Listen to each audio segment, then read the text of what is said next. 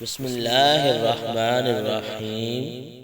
ہمارے چینل کو دیکھنے اور سننے والوں محترم بہنوں اور بھائیوں، السلام علیکم ورحمۃ اللہ وبرکاتہ۔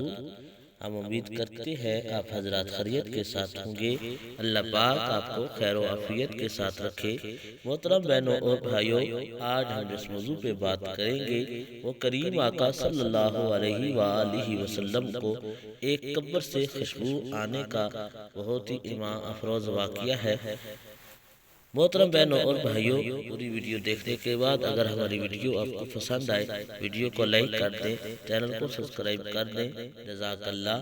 محترم بہنوں اور بھائیوں، جب نبی کریم صلی اللہ علیہ وآلہ وسلم معراج کی رات اپنی سواری پر جا رہے تھے تو آپ صلی اللہ علیہ وآلہ وسلم کو راستے میں ایک لطیف خوشبو آئی تو حضور صلی اللہ علیہ وآلہ وسلم نے حضرت جبرائیل علیہ السلام سے پوچھا کہ یہ خوشبو کیسی ہے؟ تو کریم آقا صلی اللہ علیہ وآلہ وسلم کو بتایا گیا کہ یہ دختر فرعون کی کنگھی کرنے والی کی قبر سے خوشبو آ رہی ہے، یعنی فرعون کی جو بیٹی تھی، اس کی جو غلامہ تھی، اس کو کنگھی کرتی تھی، اس کی قبر سے خوشبو آ رہی تھی۔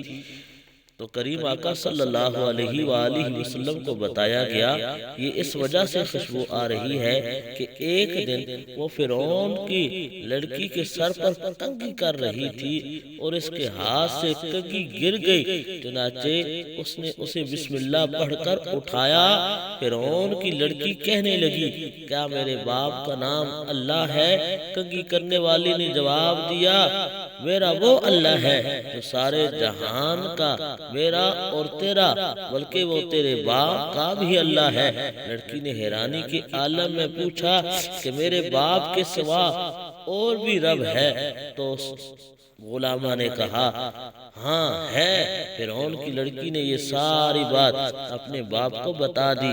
فرعون نے اسے بلایا، پس کہا کہ میرے سوا اور بھی رب ہے؟ تو اس نے جواب دیا، ہاں وہ میرا رب ہے، تیرا رب ہے، زمین و آسمان کا رب ہے، بلکہ ساری کائنات کا رب ہے۔ چنانچہ فرعون نے اس کنگھی کرنے والی کی یہ باتیں سن کر آگ میں گھولا ہو گیا اور غضبناک ہو کر حکم دیا کہ اسے زندہ جلا دیا جائے۔ پھر اسے اور اس کے بچے کو زندہ آگ میں ڈال دیا گیا، جس میں وہ دونوں ماں اور بیٹا ایک ہی ساتھ میں جام شہادت نوش کر گئے۔ تو میرے نبی کریم صلی اللہ علیہ وآلہ وسلم جب اس کی قبر سے قریب سے گزرے تو کریم آقا صلی اللہ علیہ وآلہ وسلم کو اس کی قبر سے اس وقت بھی خوشبو آ رہی تھی۔